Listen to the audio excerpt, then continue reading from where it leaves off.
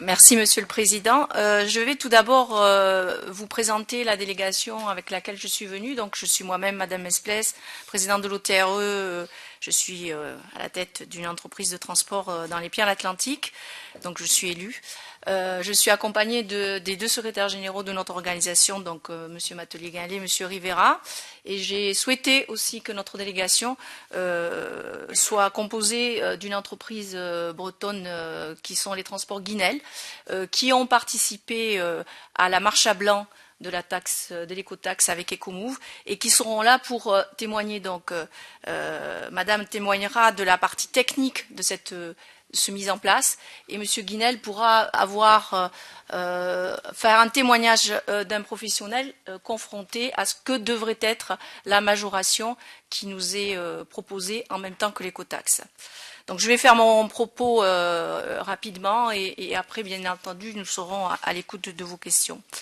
Donc l'OTRE, comme vous l'avez rappelé, est une fédération patronale représentative de PME à capitaux familiaux, fondée en 2000. Et elle a voulu, dès sa création, s'inscrire dans une dimension européenne, répondant ainsi à la réalité du marché du transport routier français de marchandises, de par la situation de transit de notre pays et ses conséquences. Concernant la problématique de l'écotaxe pour laquelle vous avez souhaité nous entendre, l'OTRE a toujours eu une démarche constructive sur les projets de taxation visant au financement des infrastructures routières, à la condition d'une taxation à iso-fiscalité pour les entreprises du TRM français et une taxation qui permette de réduire le différentiel de compétitivité entre les entreprises françaises et les entreprises européennes. Tout au long des travaux, nous avons alerté les pouvoirs publics sur les déviances des choix qui se formalisaient, avec d'un côté une taxation dont la collecte se serait sous-traitée à une société privée et des prestataires mandatés, et d'un autre, le principe d'une taxe dont le transporteur est redevable, mais il est autorisé à la répercuter. Ce faisant, les promoteurs de cette idée de répercussion ont laissé croire à la profession qu'elle était un simple collecteur et qu'elle était, par cette répercussion ainsi assurée, d'une neutralité financière.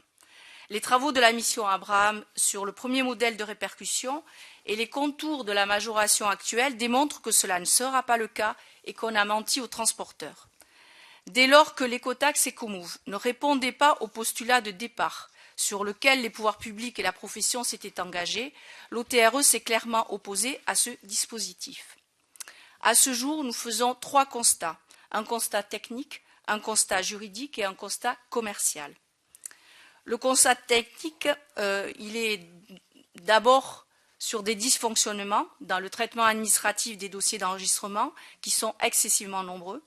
Ils sont massivement à l'origine des reports successifs de l'entrée en application de l'écotaxe poids lourd, initialement fixée au 20 juillet 2013. S'agissant des équipements embarqués et du système de facturation, aucune preuve sur le bon fonctionnement n'est faite à ce jour. Il est impossible de savoir si les boîtiers sont certifiés et homologués par un organisme de métrologie, l'État affirmant que ce ne sont pas des instruments de mesure. Pourtant, c'est bien à partir du décompte kilométrique parcouru enregistré et relayé par ce boîtier que la taxe est calculée. De plus, il existe une grande opacité sur les tests menés. Les différentes phases à blanc mises en place n'ont apporté aucun élément de réponse probante sur cette question. Je donnerai, si vous le souhaitez ou par vos questions, la parole à Madame Béatrice Monté, qui est donc directrice générale de Guinel, pour qu'elle vous fasse le compte-rendu de la phase à blanc à laquelle a participé l'entreprise Guinel. Deuxièmement, le constat juridique. Pour l'OTRE, deux grands principes juridiques ne sont pas respectés. Le principe d'égalité de traitement devant l'impôt et le principe de non-discrimination. De même, devant l'opposition de l'État et du ministère des Finances à nous fournir une copie du contrat de partenariat privé-public entre l'État et Ecomove, la CADA a été saisie et a rendu un avis favorable à la remise du contrat à l'OTRE sous couvert du respect du secret de certaines dispositions comptables, financières et techniques. Troisièmement, donc, le constat commercial. Le fait d'annoncer à de multiples reprises une date précise d'entrée en application de la loi a amené les chargeurs, qui sont nos clients, à geler les négociations commerciales. Ainsi, de nombreuses entreprises de transport n'ont pu revaloriser leurs prix depuis 2011. De plus, La loi sur la majoration du prix de transport en compensation de la taxe versée par les transporteurs a incité de nombreux chargeurs à revoir les contrats de transport avec leurs transporteurs ou leurs sous-traitants, soit en diminuant directement le prix de transport, soit en rompant le contrat et en lançant de nouvelles appels d'offres dont le but est de revoir les conditions tarifaires à la baisse pour contourner la loi sur la majoration. Nous tenons à votre disposition des preuves de ces affirmations et par ailleurs je donnerai tout à l'heure la parole à M. Guinel pour que là aussi, en tant que chef d'entreprise, d'une entreprise donc, de 800 cartes grises moteurs, qui puisse vous exprimer toutes les réserves sur la majoration et sur ses conséquences actuelles sur notre activité. Ces trois constats cumulés et dénoncés par l'OTRE sont le fondement du refus de l'OTRE de voir l'écotaxe Ecomove être déployée et de sa demande d'une annulation pure et simple de la taxe en l'état. Dès la première audience de la mission, les débats entre les principes utilisateurs-payeurs et pollueurs-payeurs sont réapparus, avec en filigrane la question des moyens pour financer les infrastructures. Effectivement, aujourd'hui, que veut-on taxer? Le poids lourd en circulation ou la marchandise qui circule par la route? Comment assurer le financement des infrastructures? Nous avons un certain nombre de pistes de réflexion à proposer que je vais vous décliner. La première piste concerne la taxation de la circulation des marchandises sur la route. Nous sommes là dans le cadre du principe pollueur-payeur. C'est donc le décideur du mode de transport utilisé pour véhiculer sa marchandise qui doit être taxé. Ce sont ainsi toutes les marchandises qui circulent sur le territoire national qui sont taxées, quel que soit le véhicule qui les transporte, poids lourd ou utilitaire, son tonnage ou son immatriculation. Le système est universel et taxe à la source la circulation des marchandises sans impacter les entreprises de transport routier qui ne sont que des prestataires. Ce principe simplifie donc la chaîne de taxation envisagée actuellement, perception, puis répercussion par le transporteur. Pour ce faire, le principe d'une éco-redevance ou d'une ligne de taxation forfaitaire en bas de facture sur la même forme que la TVA pourrait être envisagé. À cette idée peut être opposé le fait que les camions étrangers ne seraient alors pas taxés. La réponse envisageable est double. D'abord sur le transport bilatéral, le contrat de transport est français, le donneur d'ordre français doit faire appliquer la taxe même s'il fait transporter sa marchandise par un étranger. Lors de transit international, l'application d'un droit d'usage routier sur le même principe que la vignette belge, ce droit d'usage serait majoré du delta de taxation de la circulation de la marchandise sur le territoire national. Le dispositif serait déclaratif via Internet ou des bornes en frontière. En Allemagne, un projet de taxation des véhicules utilitaires de moins de 12 tonnes étrangers via une vignette serait dans le programme commun du gouvernement Merkel. Par ailleurs, en ce qui concerne le transport pour compte propre, cette taxe s'appliquerait à la marchandise livrée.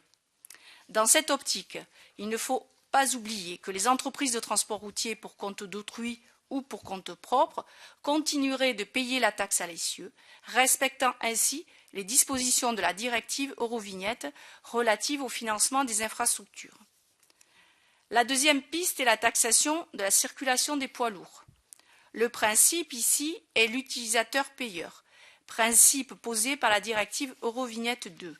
Le camion doit payer pour l'utilisation qu'il a des infrastructures routières. Ce principe était déjà posé dans la directive Eurovignette 1 qui définissait les taxes nationales affectées à ce financement et cet entretien. Pour la France, c'était la taxe à l'essieu et la vignette automobile. Selon la directive Eurovignette 2, cette taxe de financement des infrastructures est une redevance. Si tel est le cas, et c'est la demande d'un certain nombre de députés de la mission, les recettes de la redevance devraient donc être affectées en grande partie à la route et son entretien. De plus, à la différence des autres membres de l'Union qui ont mis en place une redevance kilométrique, la France a la particularité de détenir sur ses infrastructures des autoroutes payantes privées. Sur cet unique réseau autoroutier, le camion participe aussi à hauteur de 40% du chiffre d'affaires cumulé des autoroutes concédées françaises, soit 8 milliards d'euros annuels.